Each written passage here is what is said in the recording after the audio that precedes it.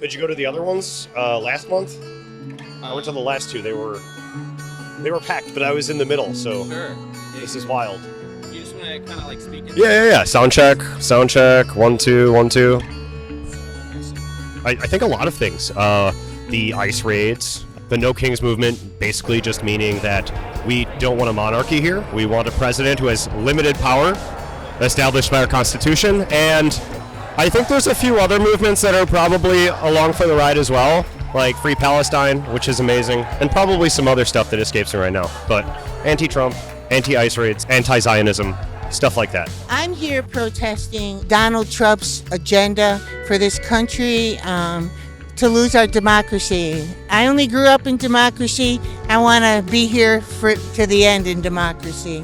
We are protesting against the tyranny that has been brought on by Donald Trump and his hoodlums. As simple as that. I'm from Los Angeles, and I am completely appalled at just the presence of the National Guard that Trump sent in, and I'm completely appalled that he sent in of all the military, the Marines, my goodness. And I just think that is a symbol of how he is coming to take over the entire country. He wants to create chaos, and after creating chaos and instigating people to start riots, then what he's going to do is use the insurrection laws, and he is going to, from there, declare martial law. And that will be the end of democracy as we know it until somehow, some way we get him out of office. This is the No Kings protest, so protesting Donald Trump on so many levels. I'd say most apparently to me is his expansion of executive authority, hyper-politicizing the executive branch, ignoring the judicial branch, deporting people without due process. So, no kings. We're a democracy, and he continues to rip that apart. To protect our democracy, I lost my job in March. I was a federally contracted worker working on education research and research to improve social services, and the extent of pain that's being felt around the world and in this country as a result of this administration directly impacting the people in this country is horrific. So I'm standing up for democracy, for what the United States stands for in terms of protecting immigrants, for vulnerable populations who aren't able to make it out today. We were protesting No Kings. My LeBron James sign was ripped apart and stolen from me when I said LeBron James is not the king. I was with my group. We're Mexica. So we were demonstrating earlier, and now the protest is over. So, but yeah, I'm here because I think it's important to attend as many protests as I possibly can. I think it's very important to be out here and show the world that the people are here for immigrants. Immigrants make America great. Overreaching. I call them grifters and hateful people. Criminal. Hateful. I'm going to go with incompetent. Selfish. Despicable. They're pushing us. They are testing us.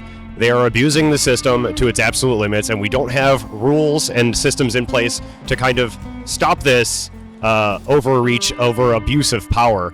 Worry a lot about the main powers of this country, the things that make America great: freedom of speech, rights for every person, the rights for the lower class. The socioeconomic class warfare going on right now is absurd, and we need to be the leaders of equity in the world, not just another example of an authoritarian government.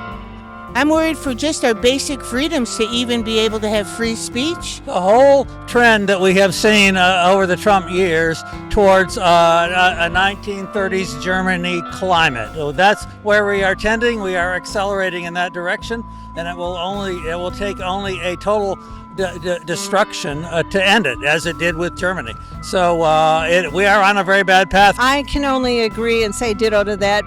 We talk about this a lot, and we think that there is a complete parallel with Nazi Germany, and that if people could just read the news or read history, that they would see those parallels and maybe something could change.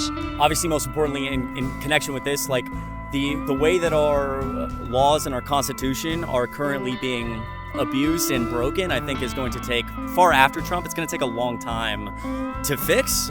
After that, the nation's ability to come together on issues that I think are basic, like we see wealth inequality. Like in my generation, I'm 23, not able to afford things. And as a lot of these issues move forward with the hyper-politicization, Congress not being able to get anything done, I think I worry for everybody's future and the future of like this country being able to function correctly. I'm worried that we won't have an opportunity to claw back democracy in 3.5 years. I hear that the pendulum swings, and I think that we were hopeful in 2016, 2017, when Trump first took office, and that the pendulum would in fact swing back. And it's been really scary to see this administration feel so empowered by other bigots, by other racists, by other people who are self-serving.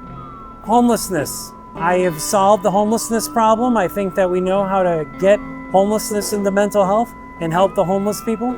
I think that when we help the homeless and we get those mental health into the correct places, we can see a society begin to rebuild itself when we help the people who need the help the most. I do. I have a few friends who are in the trans community, and they're getting attacked. They're getting disparaged. It's not even that just their rights are going away necessarily, even though there are some encroachments there, but the general hateful discourse is just being expanded, and people feel more comfortable disparaging those people when there's no reason. We're all equal. We're all very much the same. Just take a few key elements of each one of us out and swap them. That's the only thing that makes us different. We're basically all in the same fight together. I worked with migrants as they came into the city, so I do know a lot of Venezuelans who had TPS protection, but that was just taken away. So I do know people who are terrified and are trying to live their lives. Well, I worked a long time for the government and for NASA, and I know many people who either have been fired or are fearful of that. Well, I have a business that supports nonprofits in the Los Angeles area. And many of my clients, who we call business partners, are very fearful. One of them has a Department of Education grant, and it's big. It's important to them. Others have grants to do important community development in their neighborhoods, and those are either gone or they're at total risk of being gone. I have girlfriends who, one who worked for USAID as a contractor, and she was gone on the first day that any of this happened, and that was such a shock to see it happening so quickly after Trump started. Incredibly shocking. If I can add a postscript, my work with NASA was for climate research and addressing climate change. They are wiping out that whole department. They are eliminating that kind of research. We are on a path to destruction. It's just nothing like it in my lifetime or that I can recall since the Civil War. Yeah, I think that, a couple things. I think I've been blessed in a way that I haven't personally had anybody affected by ICE. I certainly have known people affected by this administration and talked to a lot of people, veterans, federal workers who have been, fired and kind of lost everything because of this administration. I think that, as somebody who also kind of works in media, just hearing a lot of stories about something immediately comes to mind. There's a 4-year-old girl in California who came here under the Biden administration, was let in because she needed medical help, essentially, came from Mexico. Her family, gave up everything to come here. And she's being asked to, self-deport just in the last week or two. A critically ill toddler who has been receiving life-saving treatment in LA has been ordered to self-deport by the Trump administration. But her doctors say she could die if that happens. In this interview, she says this kind of treatment cannot stop and it does not exist in Mexico. And she really hopes that immigration will consider her daughter's unique case and condition. The girl's mother says if they go back to Mexico, they could end up at a hospital where they just don't have that treatment. So this is medical attention she desperately needs. So you hear stories like this a lot. I think I've been blessed enough, especially looking at me, I'm a very privileged, the most privileged person in society, being a straight white male. But I've been privileged enough not to know people personally affected directly by ICE, but certainly had people close to me or people that I'm aware of be fired because of the Doge cuts, etc. I do know people have been impacted by this administration. And as mentioned, I lost my job in March as a federally contracted researcher and technical assistance provider. The administration canceled many of our contracts in a very short period of time. Though it's unfortunate not having a job anymore. It's also really unfortunate to see those social services be taken away from people or not have an opportunity to be improved for the population. Not personally, thank goodness, but I do hear it in the news and in around our communities. So it does hit close to home. And so we gotta look out for each other. We gotta be out there to stand up for what we believe in. Inform yourself, educate yourself, talk to people. If you can't make it out to a protest to show that you are part of the numbers, don't be afraid to even make a mistake, because that's how we enable a better conversation and just get everybody on the same page. I'm going to believe that the cause of protest really helps. I believe that due to Gene Sharp. Gene Sharp is part of the Albert Einstein Institute, and you go there, you can read 198 ways to practice nonviolent resistance. Rise up. I'm old enough to remember the Vietnam years, and when I was in college, we were all on the streets protesting. I have been astonished at how little resistance there has been and how the media and the people have just laid down and let Trump take over. It's time to begin the resistance, and this may be the day, but there has to be an upwelling from the grassroots across the country to put an end to this. You know, I think that is such a difficult question because so many of the people where we live in Los Angeles are immigrants, right? There is such a problem with being identified with a protest, but I don't know what else we can do, and I think people do have to take risk, and we recognize that, and you know, we're a little older, but we still feel like we have to be part of it, and everybody does. We can't be fearful. We have to say it's only if we all stick together that we're going to overcome this. This administration to succeed, they need you to feel out of control. It's the entire point. They want you to feel like, you know what, it's too much.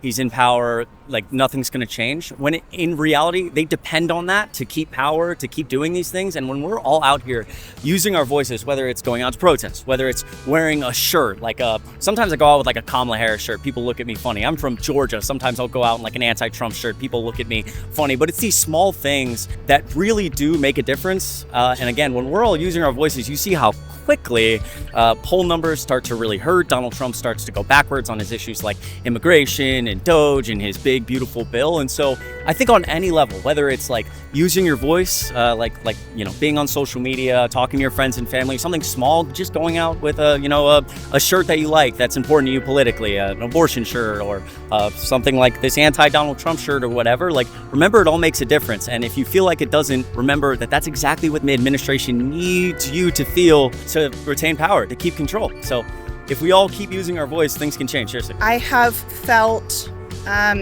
optimistic when I have seen mutual aid efforts. A close friend of mine making meals for another friend who works with immigrants who had been out during all of the ICE raids, trying to support families that she works with. You know, it's a small action. It doesn't take that long, but to show that we are a community, not falling victim to the misinformation about what really makes America actually a really strong country. Attend protests. Even if you can't attend protests for whatever reason, that's fine. You can share information like on social media, you can make posters. Yeah, there's a lot to do. You don't have to attend protests to be helpful. PSL Chicago, yeah, just basically everybody out here. Just shout out to everyone that's out here making an effort to be out here on the streets. Yeah, I'm Chris D. Mowry on all platforms. I post on like TikTok, YouTube, Instagram, all that good stuff. So yeah. Help each other. Help each other. Be polite. Help your neighbor. We're all one. Your skin's dark, your skin's light. That's your neighbor. Those are your people. Everyone help each other. Martin Luther King, character of your content, not the color of your skin. You can't judge a person by their content though, because you don't know them. Get to know people. Everyone's good.